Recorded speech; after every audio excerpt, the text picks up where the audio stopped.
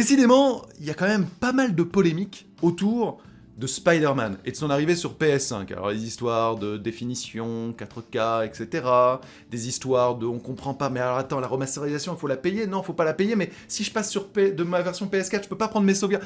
Bon, il y a plein de petits pataquesques comme ça, de petits couacs de communication et autres. Bon, et bah la dernière en date, c'est le changement de visage de Peter Parker, alias Spider-Man. Si vous l'avez manqué, voici donc ce que ça donne. Et oui, la version remasterisée de Spider-Man qui sortira sur PS5, bah ce n'est pas le même acteur qui prêtera son visage à Peter Parker, comme vous pouvez le constater. Je sais pas pourquoi je parle comme ça. En tout cas, la bande-annonce et le nouveau gameplay qui a été dévoilé, eh bien, vous pouvez le retrouver sur la nouvelle chaîne que je vous ai proposée là depuis quelques temps maintenant, Jeux vidéo Flash. Ça vous attend tranquillement, au chaud, et attendez, vous savez, à chaque fois, je vous écoute. Je vous écoute, et vous avez dit, on veut la 4K, etc. Bah, vous avez complètement raison. Et donc, désormais, eh bien, les bandes annonces sont disponibles en 4K.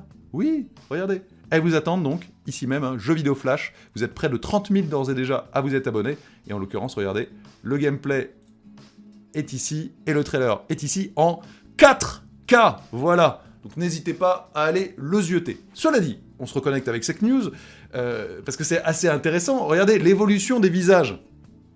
Effectivement, il y a quand même un sacré bouleversement.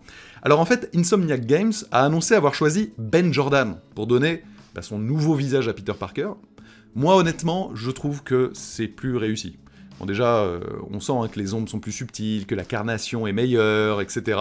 Je trouve fondamentalement, mais c'est subjectif, que ça fait un meilleur Peter Parker. Mais ça, c'est mon avis.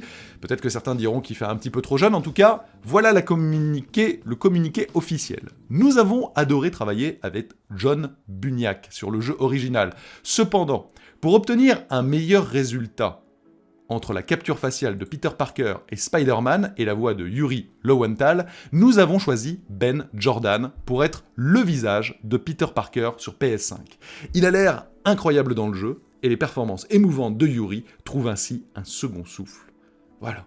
Bon, après, c'est forcément subjectif, mais moi je trouve vraiment, vraiment pas mal. Alors, Brian Hintier, le creative director de Spider-Man, a lui aussi réagi pour calmer un petit peu le courroux, parce qu'il y a eu vraiment beaucoup de joueurs qui se sont dit « Non, mais rendez-nous Peter Parker, etc. » Donc il a expliqué, il a dit comprendre un petit peu la réaction initiale des joueurs, mais il leur a vraiment dit « Voilà, on assume ce choix artistique qui perdurera dans les futurs jeux Spider-Man, et croyez-nous, faites-nous confiance, c'est pour le meilleur, pour la licence et son avenir. » Vous noterez aussi que Cory Barlog, voilà, y est allé de son petit amour, de son petit cœur et de sa solidarité entre créateurs de jeux vidéo. Bah, vous me direz dans les commentaires, pareil, ce que vous en pensez. Mais moi, très clairement, je trouve ça plutôt chouette, en fait. Je le trouve plus Peter Parkerien, dans l'absolu.